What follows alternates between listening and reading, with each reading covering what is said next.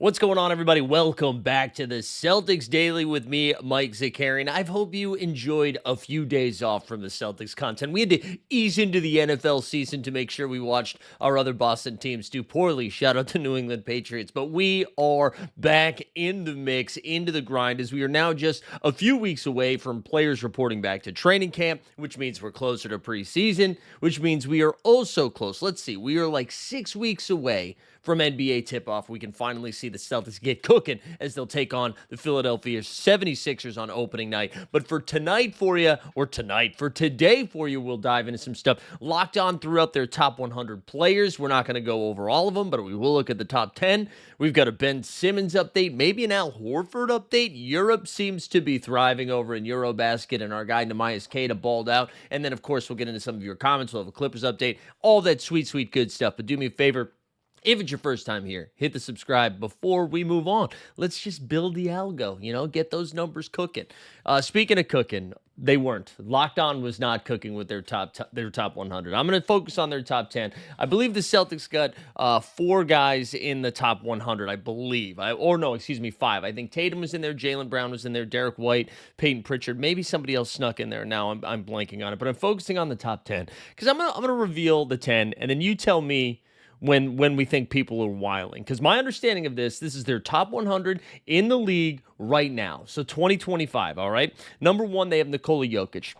Nobody's going to freak out about that, even though Jokic did just get upset in EuroBasket as Serbia went down to Finland. Lauri Markkanen, man, has been on fire, just on one.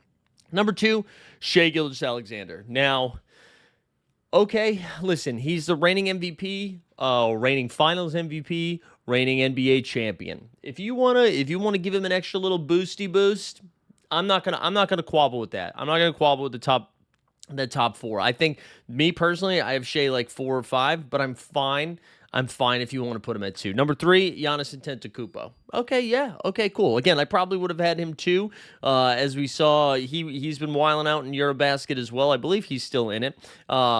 Health slowly becoming a little bit more of a concern, but I actually think that's probably behind him now. Number 3, I'm totally fine.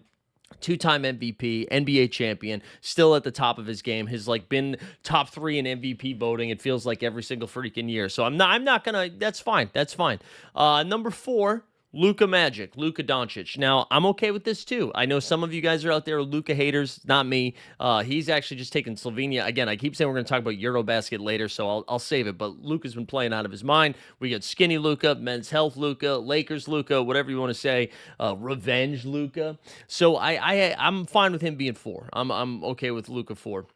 This is where I think it starts going off the rails a little bit. They got Steph Curry 5. I love Steph Curry, all right? I'm not even saying Steph Curry's washed. I'm not saying that. Steph is still incredible when he's able to stay on the court. Even if we look at this most recent season's numbers, he's still balling out there, right? He played 70 games last season. He averaged 24.5 points, 6 dimes, 4 boards, shot 44% from the field, 39% from 3, 93% from the line. I'm fine. Listen, I love Steph. He's now, 37 years old? He'll be 38 this season. I think, clearly the Golden State Warriors were a much better team with Steph on the court than off the court. The second he got hurt in the playoffs, Golden State went on a tailspin against the Timberwolves. Number 5, though? Number 5 in the league right now? Is that giving him a little extra oomph from, are we rewarding him from past behavior? Is this like Leonardo DiCaprio winning the Emmy for The Revenant and not anything else that he did? I don't know, man. This is a little, 5 is high, dude. And I'm a Steph fan. I mean, you could put him in top 5 players I want to see live. If that's what we're doing, our top 100, the guys that you would want to pay to see basketball. Sure, you can put Steph 5 right now in the year 2025. If you were doing a draft and you're picking anybody in the league just for this season, you're telling me you're taking Steph 5. 6, we got Anthony Edwards. I'm still I think that's almost as crazy as Steph. And Ant is awesome too. But Ant ahead of some of these names is a little nuts. Let me give you some of Anthony Edwards' numbers. And again, he maybe you're baking in how young he is, and you're like, dude, he might even take another leap this year because Anthony Edwards just turned 24 years old, averaged 27.6 points per game, 5.5 boards per game, almost 5 dimes, shot 44% from the field, 40% from 3. Ant's awesome. Okay. Honestly, I think there's a better case to be taking Ant ahead of Steph Curry, but still Ant at 6 just feels high. But again, it's not egregious. It's just like in that range where I'm going to disagree with you. Number 7, they have Victor Wembanyama, and that's fine with me. I'm okay. Like, honestly, I'm probably taking Wemby ahead of the 2 guys we just named. Wembanyama is an alien. You're seeing he was spending some time with some monks this offseason. Then he did some offseason workouts with the Dream Shaker, Hakeem Olajuwon. Hakeem the Dream. So, like, you're telling me he's going to come back even better than that? He played only 46 games, so there is an injury risk, and they, like, shut him down a little early. He finished with 24 and 11, 24 points, 11 boards, 4 dimes per game, 47% from the field, 35% from 3 for the 7-footer. Also, let me just tell you, like, in his second year, he averaged over 3.8 blocks per game and 1.1 steal per game. So, like, Wemby, if you want to like use the same logic you're using for Anthony Edwards, that we're gonna put in a little what's it called, ceiling into him because he's young, maybe he gets a little bit better, fine. This is where I'm going to ask Locked On to put the pipe down, all right? Put the drugs down. This is a DARE program now, all right? And you clearly some stuff's going on. They got Jalen Brunson 8. Jalen Brunson 8. Now, this is the Celtics Daily Show, so I'm sure you can tell where this conversation is leading, but they have Brunson 8. And again, all right, fine. Brunson, they beat the Celtics. You want to do that, okay. One of, like, the most clutch players we've seen in quite some time. For numbers purposes, 26 points per game, 3 boards per game, 7 assists per game, shot 48% from the field, 38% from 3. Fine. I'm sorry, man. He's a one-way guy. He's a ball-dominant guy, and it's like, I don't know. My brain feels broken right now that we haven't said Jason Tatum yet, but we have said Jalen Brunson. I'm going to give you number 9 now. I'm getting upset. Donovan Mitchell, number 9. Spida. Now, listen. If you want somebody on your team to score 50 points in a playoff loss, then Donovan Mitchell's your guy. And I'm not a Mitchell hater. I'm not. I've slowly come around on him, but we've seen him do this on multiple teams now, and it's impressive. It's incredible. He did it in Utah against the Denver Nuggets, put up 50 points a couple of times. He's done it against the Boston Celtics in the playoffs as a member of the Cleveland Cavaliers. We've just seen him do it time and time again, where he goes absolutely off, and then the team loses, right? He goes nuclear, but they lose it. All right, he averaged 24, 5, and 5 last season, shooting 44% from the field, 36% from 3. So this is where I think it's egregious. I think Steph is too high. I think Steph is too high, and again, whatever.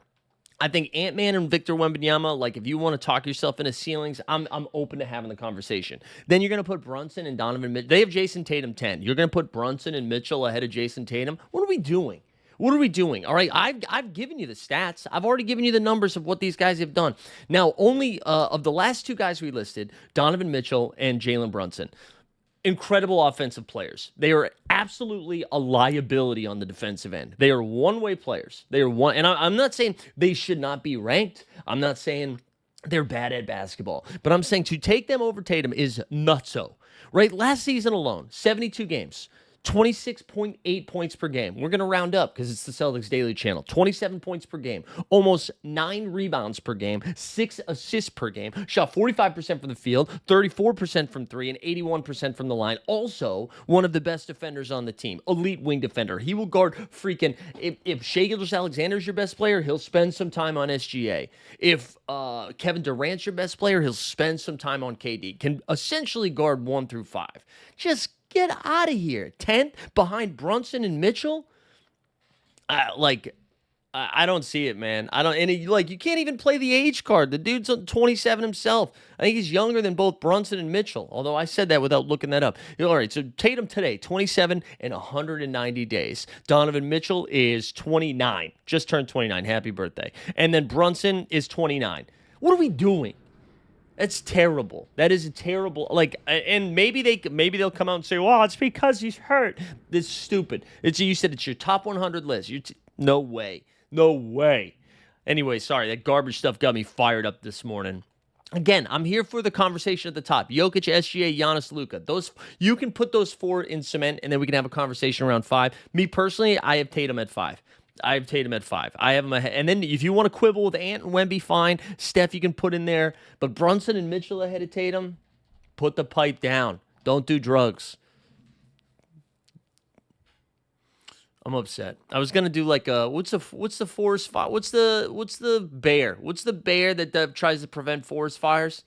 I was gonna try to tie that into there, and then I Smokey the bear. I don't know, Smokey something else. There we go. We still got there. All right, let's. There was not a ton of news going on, but we'll give you a little update on Ben Simmons because I don't know. Maybe some of you guys agree with this because I know the chat seemed to love Ben Simmons when it sounded like he was going to go to Boston. So the leading candidate to get Ben Simmons was the New York Knicks. Bing bong, you could have had him. And then supposedly there's just some weird stuff coming out. Ben Simmons said that the Knicks offered him a vet minimum deal, and he was like, "No, I want to get more money." Well, then the Knicks came out and said, "We didn't offer you anything." So now now I'm confused what Ben Simmons and his team are doing, but it does sound like he's trying to leverage in a non-vet minimum deal. And if any of you crazy people out there who have already talked yourself into Ben Simmons think we should pay him more than the vet minimum, I'm going to tell you the same thing that I told the Locked On people: put the pipe down, Smokey the Bear. All right, because we can't be doing that. We just listed off a bunch of names and stats. Let me just remind you of what Ben Simmons has done the last few years. And if he wants more than the vet minimum, averaged 5 points, 4 boards, and 5 assists last year. Great. Let's see how many games he played last couple of seasons. Ready? Here we go. 18. No, I'm sorry. Let's combine those. He played 51 last year. He played 50 in the year before, 42 before that. Then he held out for a year. Then he had 58 before that, 57 before that. No, thank you. No, thank you. But it sounds like there's a better chance of Ben Simmons not playing basketball this year than playing at all. Because I do think there was a couple of last-ditch efforts that were left, right? It was the Sacramento Kings were rumored, but now the Kings seem to be trying to move off of Malik Monk to bring Russell Westbrook in. The Knicks were definitely an option, and then the Celtics were an option, and it seemed like all of the rumors around Boston have quieted down. Now, maybe this will be something that, like, he's a player that gets signed in, like, December or January. A team gets hit with another injury, something like that happens, and then we see some movement. But yeah, I don't know. I don't know what's going on with Ben Simmons. I don't think anything more than a vet minimum deal just feels way too risky. Like, why would you guarantee any money to someone who has proven both for health and like physical and mental reasons can't stay on the court? Why would you do that? Why even risk that? Especially if the vibes in Boston seem pretty good right now. Like Jaylen Brown, I don't know if you saw Jaylen Brown's dunking on principles. I don't know, did you see that video? Jaylen Brown seems to be having a great offseason. He seems to be healthy now.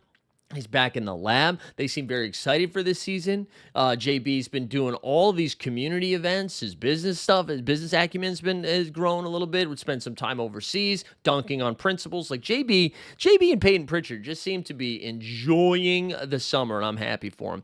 But anyway, curious what your thoughts are on Ben Simmons. I'm just in the words of American Idol, that's just gonna be a no for me, dog. All right, let's get into some EuroBasket stuff because I just want to shout out our guy Nehemias Queta. I know we've been hyping him up a little bit, but Queta basically averaged 15 and 8 this EuroBasket run. But it's more the feel that has me excited. I was able to watch we were grinding the tape, but we watched some of the tape, and man, he's starting to develop. He's not going to be a 3-point shooter, but even the 2-point shot. Like the shot was moving back a little bit. And if he's going to be able to just bring out defenders a little bit, because I think one of the concerns, especially with the way Mazzulla likes to play hoops, is just having that 5 out, right? Like even if it's not a 3-point threat, just somebody you have to close out on. And with Cade out there, he's more of a Time Lord type, right? Where he's just going to rim protect, and that's it. He's going to be in the dunker spot. He's just going to be catching lobs, stuff like that. Cade was showing a little bit more promise and upside here in EuroBasket. I mean, he was knocking down a couple of mid-range looking like DeMar DeRozan out there, but hitting some mid-range two-point shots. He was averaging, I mean, he only made 2 threes in the entire EuroBasket run, I believe. He did it in the first game and then one of the elimination games, but he was taking one a game. I just think that's interesting. I think that's something to pay attention to. But again, I do think Queta's ability to develop and mature this upcoming season, not only does that unlock a potential, upside for the Celtics this season, but I think more importantly, and I know I've talked about this before, so everybody take a drink, but more importantly, if he's able to develop, it unlocks championship aspirations next season. Because the Celtics' biggest hole right now, outside of figuring out the power forward, is the 5. Is who is your center moving forward? And right now they're playing basketball Russian roulette with with Queta, Tillman, and Garza. But if Queta really is able to develop a little bit, you have him on a relatively cheap or very cheap deal that all of a sudden opens up some resources for you for next year. And if you don't have to spend that money to go get a starting center, you can use that elsewhere to fill in the gaps. So like depending on what we see from Jordan Walsh this season, is he somebody that we retain, or do we have to shore up that spot a little bit? Is Sam Hauser moved at some point? Do we have to find some more three-point shooting? What does the Pritchard Simons thing look like? Like you could focus on those things instead of trying to figure out who the next five is going to be and allocating resources there. So I am excited for what Queta is bringing. One other thing, in the Hoop Collective podcast with Brian Windhorst, the ESPN guys, Bontemps, and Tim McMahon, they were talking about this a little bit this morning, that Porzingis, who did ball out, averaged like over 20 points for Latvia in EuroBasket. However, the scouts out there are saying he doesn't look 100%, and he's even, Porzingis talked about it a little bit, like still battling, getting the energy back and the health back. So even though the numbers look good, I'm curious to see how he looks in Atlanta. That's like the first concerning thing. But just quickly on EuroBasket, man, they're down to the final 8 teams. Turkey and Poland advanced. They play each other this morning. Sengun, that's somebody that I think we're gonna hear from this year. Sengun and the Houston Rockets. But the Gooner is going to be, he's just been incredible. Lithuania and Greece, so we'll see some more. I think that's Jonas Valanciunas going up against Giannis Antetokounmpo. Finland and Georgia. Georgia somehow made the final 8. Lauri Markkanen, I mentioned him. He's going to be a massive trade value or trade asset, I think, as we get closer to the trade deadline. But he's been incredible in this run. And then Germany and Slovenia. So you see Luka go against Germany, who are the favorites. That game's tomorrow. That'll be pretty fun. So no more Celtics left, but shout out Queta for representing us. Let's get into, I don't have too many comments, right, because we haven't done a video in a few days while we were in football mode, apparently. But I just wanted to give a little update on this Kawhi and Clippers thing. Just because, again, I know some people will be like, that's not Celtics related. I mean, I do think it could be Celtics related. But I thought there's been some pretty good reporting done on it by Zach Lowe and by, obviously, Pablo Torre finds out. But it sounds like the NBA hired like some heavy hitting law firm to do this investigation into the Clippers to see if what they knew and when they knew it, essentially. Because if they are able to prove that, and I don't know if they're going to be able to, but if they're able to prove that Steve Ballmer, like, knowingly did this to get, like, Kawhi these fake deals. Also, shout out the Boston Sports Journal. They had another report come out. So, Ballmer basically invested $50 million into this company of his personal money. And then somehow Kawhi may have had two different deals with this, I think it was Aspiration, right? Aspire. 2 different deals for $48 million with this company. That to do nothing, to do absolutely nothing. So the fear here around the league is that they went ahead of the cap, like they went around the CBA and the salary cap and paid him like under the table, essentially, so that they could pay him more without affecting the team. Now, if they are found to be true, if this is found to be true, here, like, most likely what's going to happen is like they're going to lose their next 5 first-round picks. Because OKC has some, but they're going to lose a bunch of first-round picks. And then you could see Kawhi's contract get void. And then all of a sudden, Kawhi is just, like, on the market. So this is a pretty important story. It sounds like by the NBA hiring this law firm, we're not going to find out for a little while. I think there's going to be more investigations. Pablo Torre has mentioned that I imagine we're going to see some more information come out, whether through his reporting or through others. So it'll be something to pay attention to, but again, the reason I think this is so important outside of how it affects the Clippers is just seeing that the Celtics have new ownership and, like, how do they respond to something like this? Does this point out other situations that look a little fishy that we've talked about in the past? I don't know. So I'm sure more to come on that, but that is something that I know the league is, like, freaking out a little bit about. But that's going to do it for me. Get involved in the comments. What do you guys want to talk about this week? We get a brand new week of content coming for you. What do we need to get into? Do me a favor, hit the subscribe on the way out. Appreciate everybody hanging out. We'll see you next time.